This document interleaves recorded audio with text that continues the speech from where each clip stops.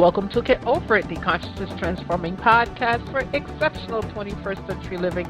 We are embarking on a great show today. We're going to be speaking with Bridgette Shea, and her book is Cultivating Your Microbiome, Ayurvedic and Chinese Practices for a Healthy Gut and a Clear Mind.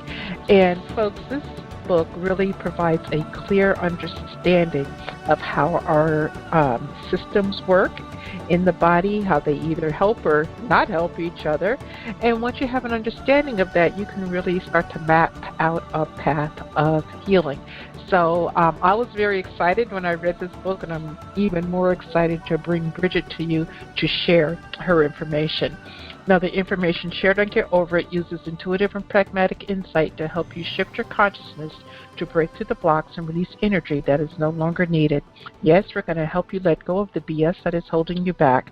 But you guys know I always ask that question, are you truly ready to? And by the way, folks, BS is a belief system. A bit about me for my new listeners. Intuitive since birth. I'm a third-generation intuitive with over 3 decades of experience supporting people to break through the blocks along their path. I'm a strategist for personal and professional transformation, revealing cutting-edge information that enables you to prosper and thrive. I spent 25 successful years in corporate America as an executive sales professional, and I'm the founder of Healing Visions Ministries and the Northern California Children's Education Network, a 501c3 nonprofit.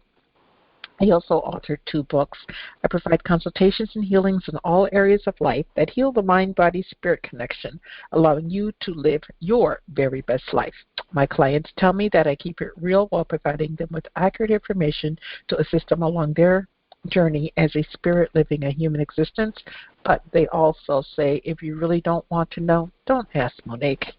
My background includes a doctorate in metaphysics, Reiki master teacher, ordained minister, and clinical hypnotherapist, so whether you are stressed, depressed, or possessed, I can help. To find out more about me and the services I offer, go to my website, and that's MoniqueChapman.com, and I invite you to like me on Facebook and follow me on Twitter and LinkedIn. My guest today, Bridgette Shea, is a licensed acupuncturist and wellness educator who has been practicing traditional healing modalities for more than 20 years. Her private practice is an integration of Chinese and Ayurvedic medicine, and she enjoys teaching workshops on Eastern wisdom. She's also the author of Handbook of Chinese Medicine and Ayurveda, and she lives in Saratoga Springs, New York, not too far from my original hometown. And you can check her out at her website, and that's BridgetteShea.com, BridgetteShea.com. Welcome, Bridgette. Thank you for having me. Hey, it's so great to have you. You know, when I agreed to, receive a copy of the book, I didn't know what a microbiome was, okay, but it just sounded kind of interesting. And then I saw, Ayurvedic and Chinese practices. So, hey, why not? Something different from allopathic medicine, and we could all use a lot of information. But, girl, you really knocked it out of the park. You give detailed information on how the systems work together, and even, I had no idea that so many of the things that you talk about, we'll cover them in a few moments, truly help us in a non-allopathic way so that we can truly heal our body. Folks, I tried a few things that she suggested in the book, and guess what? I'm feeling so much better. So this information works. I love that you give information. So let's start off. What is a microbiome? So the microbiome, generally speaking, is all of the little critters that reside in and on our bodies. So those little beings are bacteria, funguses, archaea, viruses, yeast. They're things that we would ordinarily think of as being pathogenic or wanting to sterilize ourselves from. But the truth of the matter is that they are highly beneficial for us, and without them, not only could we not thrive, but we couldn't survive life on the planet. Mm-hmm. Well, when you said all those things, I was like, oh, okay, yuck, okay. Yeah. I think most people don't believe that all of these things are alive on our Right. body. So you talked about what is a healthy microbiome? So right now, science is defining a healthy microbiome as one that is of great diversity. So it's not necessarily the numbers that you have of microbes in your system or on your body, but the diversity, the different types of microbes that you have in community in and on you. Mm-hmm. Okay, so if you have all of these things in and on us, if we had a virus on our skin, wouldn't it be dangerous to somehow get it into our body, whether we're through our mouth or skin or whatever? Because we have pores in the skin, won't it seep through? Right. Well, it depends on what that virus is. So we have a lot of viruses and bacteria that live in and on us that in great quantity, if they were to overtake our beneficial microbes, would be considered pathogenic, like E. coli or certain strains of staph. But kept in check, they might actually have some beneficial things to add to our physiology that we don't want to be without. So it can be a matter of quantity over whether they're there or not. We just don't want them in excessive quantity.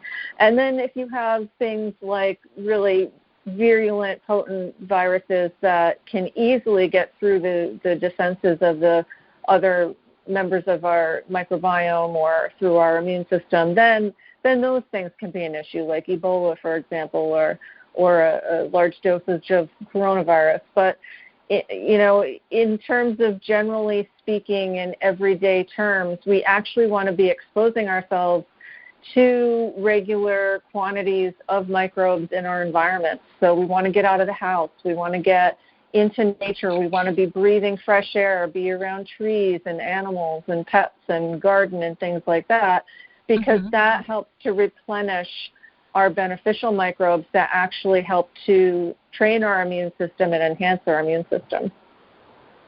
Okay, so if we're out and we can get all of that, that's great. But what about being out during COVID? Because everybody is saying, stay home. Right now, as we're recording this, the directive is 6 feet apart, wear the mask and all of that. So how can we stay healthier being outside during this time? Or is this truly a time to go inside and get air purifiers and whatever? I think if we are inside, it's not a bad idea to have air purifiers, because the more we're inside and the less we're interacting with fresh air, the more likely it is that things will get stagnant. And that's where even feng shui comes in. And principles of feng shui would be to have air circulating throughout the home. So the ancients recognized that proper ventilation is a must. So we want to have proper ventilation indoors. And then as far as like masking and staying apart, this is a temporary kind of blip in our experience. So it will pass, that this is what we need to do. But even while it's going on, many members of my community, most of my clients, myself, we're all getting outside as much as possible and keeping those social distance requirements and keeping the masks on, but still getting outside. You're still getting fresh air. You're still taking in things from the environment through the mask, around the mask, and onto your skin, through your skin that you may not even know about. So it's really important to get outside, get fresh air, get some sunshine on your face.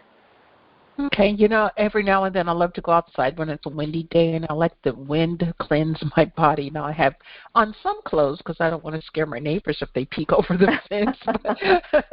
But I just stand out there with my legs, spread and my arms spread, and I just let the wind blow through, and I feel so much better afterwards. It's truly amazing.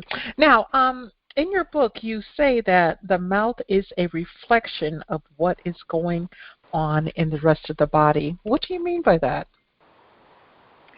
So researchers have found that the health of the oral cavity is linked to the health of the gut microbiome, and through that to the health of the rest of the body. In ancient medicine traditions, it's been handed down for thousands of years that the coating and the color of one's tongue is indicative of what's happening in the rest of the body. So the mouth can be a gauge for the overall health of the individual. Okay, so when you say the mouth is the gauge, are you talking about do you have cavities, the color of your teeth? Right. If you are prone to getting a lot of cavities, if your gums are inflamed, that usually means that there's extra heat or inflammation in the system. And what can that be caused by? It can be caused by or contributed to by overgrowth of pathogenic microbes in the mouth, and therefore also in the gut, and sometimes even in the lungs, because when we swallow some of that stuff down, it gets aspirated into the larger channels of the lungs, the bronchioles.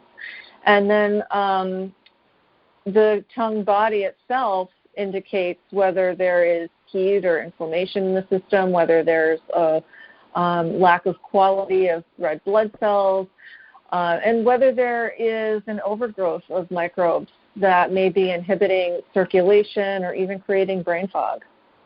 Oh, wow. Well, in the book you do talk about how the tongue can affect the functioning of the mind. I mean, like dementia, Alzheimer's. Talk to us a little bit more about that, because, I mean, that's something that most people wouldn't even think about. Right. So what they found in some studies are that the microbe that causes gingivitis, it secretes a substance that they found in the brains of people that are suffering with Alzheimer's. So what they found is that the substance helps to create the growth of amyloid plaques. And traditionally, in order to treat this microbe, people have been given antibiotics. But what they're finding is that they can find an inhibitor for the activity of this one particular substance that this microbe secretes to help stop the formation of those plaques, which is what causes the symptoms and signs of Alzheimer's disease. And that's just one example of what they're finding. And so, from like on a practical level where you can just look in the mirror and see your own tongue, if you see that there's a thick coating on your tongue, that tends to mean that there's a lot of ama present in your system, or it means that there is either an overgrowth of less beneficial microbes, or that there are the byproducts of cellular metabolism getting stuck in the tissues, maybe the connective tissue or somewhere in the interstitial fluid, and that is related to the quality of one's metabolism. And so therefore, a Chinese medicine or an Ayurvedic practitioner may work on boosting somebody's metabolism to help clear that gunk up out of the system so that further imbalance doesn't occur. Okay, and folks, in her book, she shares a list of foods that will boost your metabolism. She leaves nothing to your imagination. It's all there in black and white, so to speak, but it's so effective. Now, one more thing on the mouth. You talk about using sesame seed and coconut oil for oil pulling. So I want you to explain that. But also, what should we be using to brush our teeth with?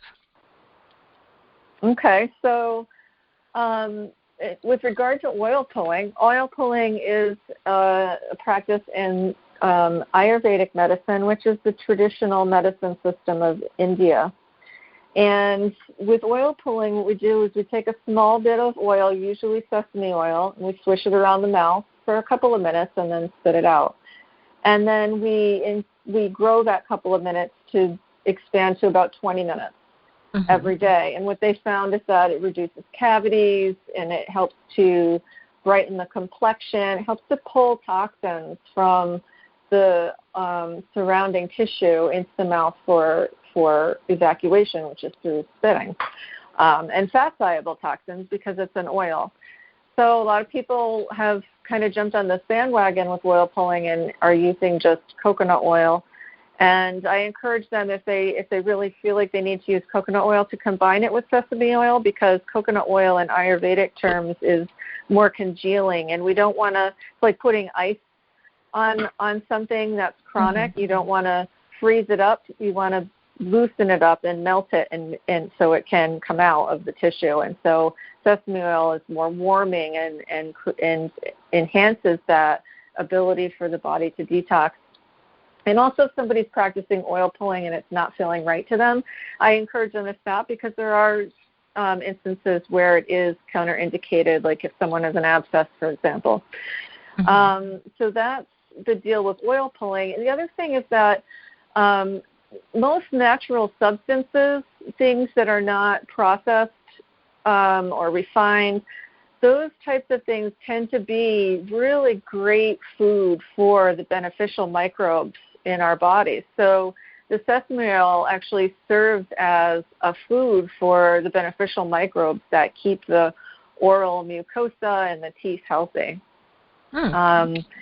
Yeah, and it's not necessarily the fact that people eat too much sugar that cause the cavities that they may get. It is actually an imbalance in the flora in the mouth that is allowing for those cavities to emerge. Okay. Folks, we're speaking with Bridgette Shea. Her book is Cultivating Your Microbiome, Ayurvedic and Chinese Practices for a Healthy Gut and a Clear Mind. You can check her out at her website. That's BridgetteShea.com, BridgetteShea.com. So, Bridgette, I want to go a little bit lower in our system, and I want to talk about our digestive system. In your book, pretty early on, you talk about the leaky gut, and that the leaky gut might happen in other parts of the body. Now, we've all heard the term leaky gut. We might not understand it, but how does a leaky gut happen in other parts of the body? First, explain what it is, and then how does it happen in other parts of the body? So leaky gut is basically increased gut wall permeability. So what that means is that the epithelial cells, the types of cells that line the interior of your gastrointestinal tube, that those cells are normally, in a healthy individual, held together quite tightly. So the junctions between them are just like smushed together, so particles can't get through in between them into the lymphatics or immune areas of the gut. So if that junction is intact and there's a nice thick mucosal lining for all the beneficial microbes to live that can block out pathogens from harming the epithelial cells, then that's great. But what happens is, because of stress or a poor diet, or there can be any number of contributing factors, everyone is completely different, that gut wall can get compromised. So the mucosal lining can start to not be the greatest environment. So I call it the Goldilocks gut. We want the mucosal lining to be not too dry, not too moist, not too oxygen-rich in some places, not too lacking in oxygen in others. We want it to be just right so that our beneficial gut microbes can thrive, so that they can protect the gut lining itself and keep us healthy, and also to produce metabolites that we need for other organ systems in the body to function ideally.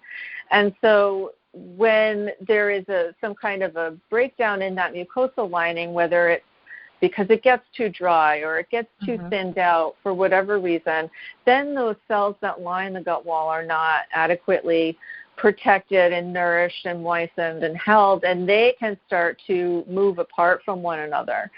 And so when that happens, things that normally wouldn't get through in such great quantities into the lymphatics and the immune tissue underlying those epithelial cells will get through. And then the immune system can get overwhelmed with this. So if you've got like little proteins from the foods you eat and some microbes that shouldn't get through, and stuff keeps coming and coming and coming, then you're dealing with a situation where you've got chronically inflamed gut lining, and that chronic inflammation then can trigger an overall autoimmune response. And that's when the body starts to recognize that even things that are part of the body are invaders and will attack even our own tissues. And so once it gets to that point, things are harder to reverse. So what we want to do is try to recognize early on when someone is compromised with the signs and symptoms that they're experiencing, say in their bowel movements on a regular basis, or with gas and bloating, or with reflux, or with anxiety, and look at the gut health of that individual and try to encourage that gut wall to be more healthy so that it's a better environment for the microbes that sustain us, and so that we are overall more healthy and robust. Okay, so in that case, should we be taking prebiotics and probiotics? So probiotics are basically organisms, live organisms that medical researchers have recognized have a positive influence on our bodies and our minds. And they naturally occur in the body, and we are naturally feeding them whenever we're eating whole foods, and especially fibrous foods. So our good gut microbes love high fiber.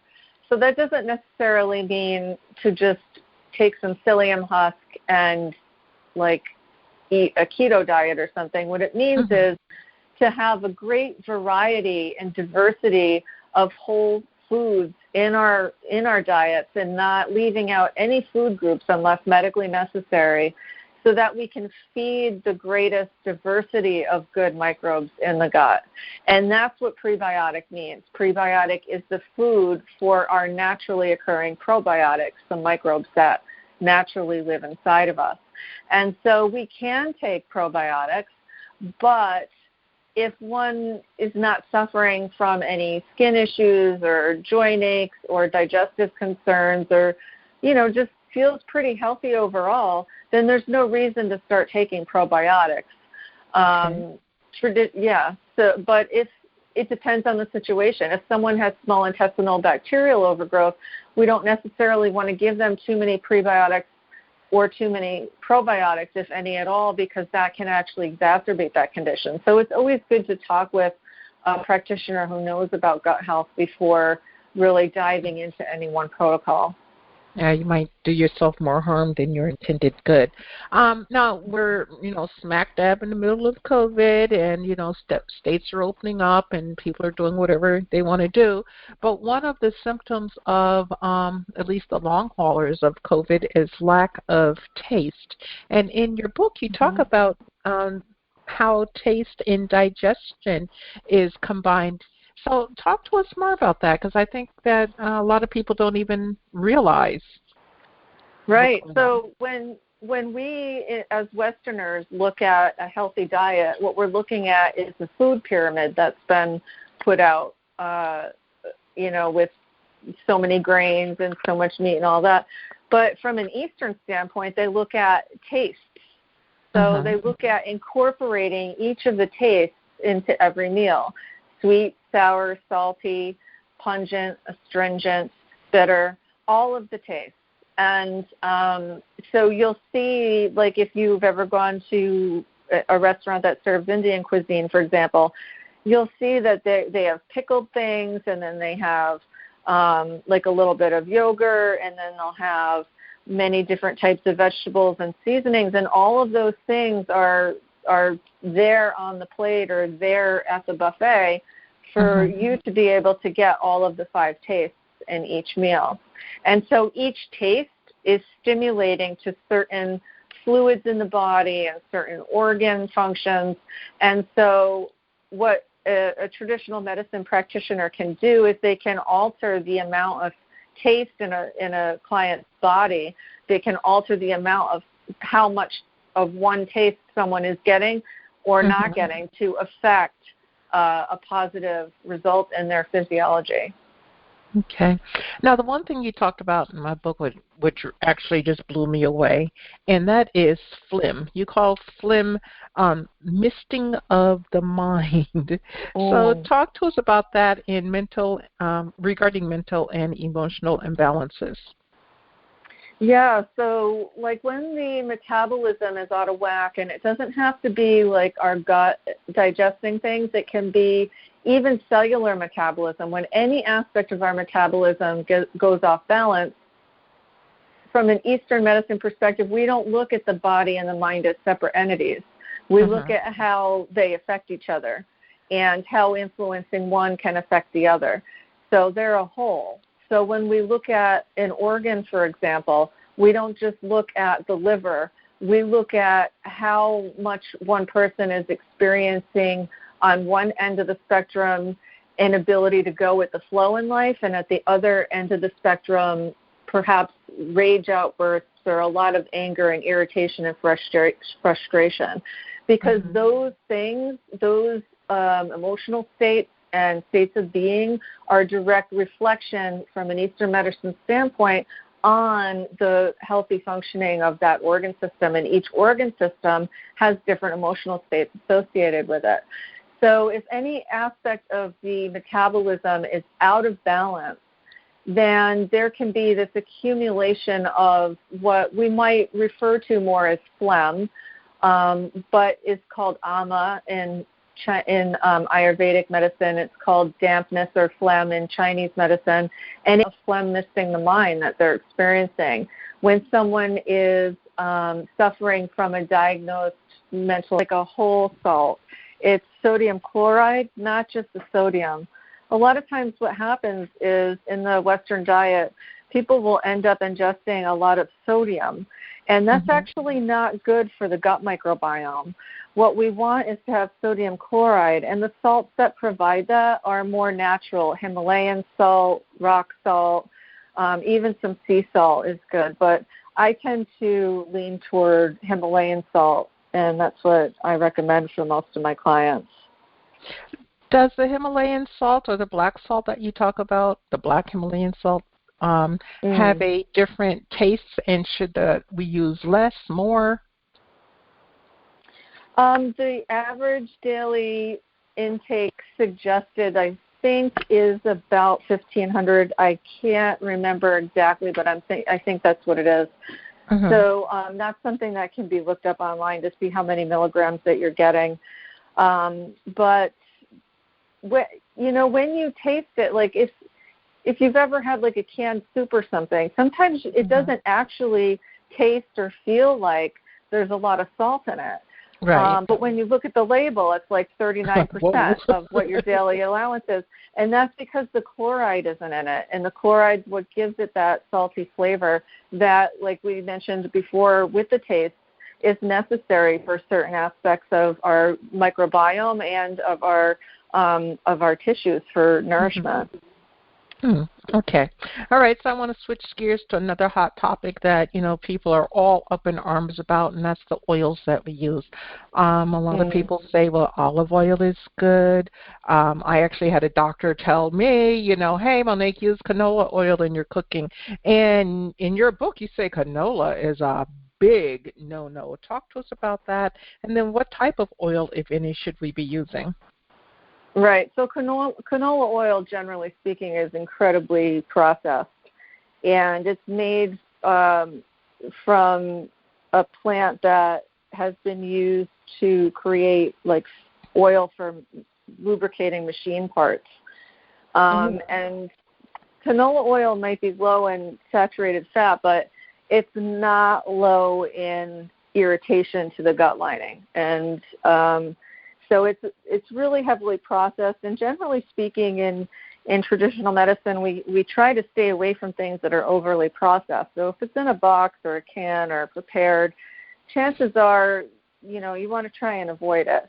And so canola oil can be irritating to the gut lining. I have clients that have that direct experience, and so I do recommend people have olive oil. I think it's a really great oil, especially if it's prepared well, and that they avoid vegetable oils that are overly processed, like canola and cottonseed and things like that.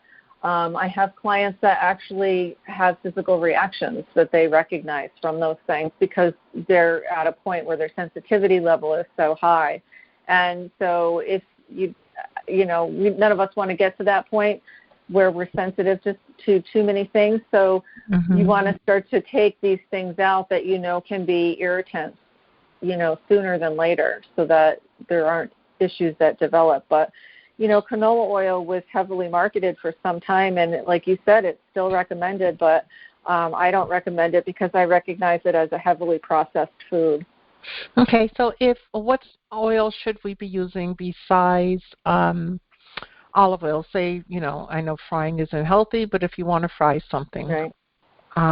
So you could use olive oil. Ghee is great. Ghee is clarified butter, and it has a really rich, luxurious flavor to it, and it also has a very high heating temperature. Okay, so we can just use some ghee. I want to back up and talk about something that you had mentioned earlier, and autoimmune disease and inflammation. There's so many people that have an abundance of inflammation in their body today.